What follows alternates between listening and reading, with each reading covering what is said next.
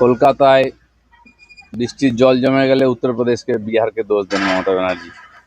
আরামবাগ বর্ধমানে বন্যা হলে তখন ডিভিসিকে ঝাড়খণ্ডকে দোষ দেন। এখন উত্তরবাংলায় খাল নদী উপচে পড়েছে, বাড়িঘর ভেসে যাচ্ছে, কাকে দোষ দেবেন জানি না। একদিন ম্যানমেড ছিল, এটা কি ওমেন মেড বন্যা হচ্ছে?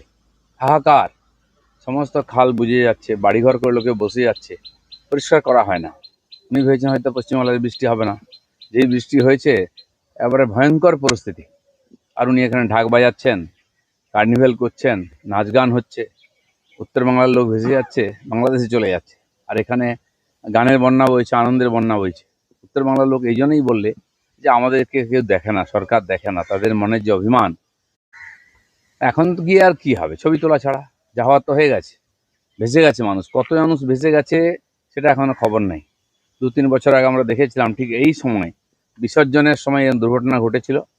নদীতে বিসর্জন দিতে গিয়ে হড়পা বানে বহু লোক ভেসে গেছিলেন। তখনও অন্য লোককে দোষ দেওয়া হয়েছিল। সরকার কোনো ব্যবস্থা নেয় না, ঘটনা ঘটে গেলে কারো ঘাড়ে চাপিয়ে দেওয়া হয়। আমি জানি না, হয়তো উনি খুঁজতে যাচ্ছেন কাকে বলির পাঁঠা বানাবেন, তার ঘাড়ে চাপাবেন দোষটা। রাজস্থানে কাপ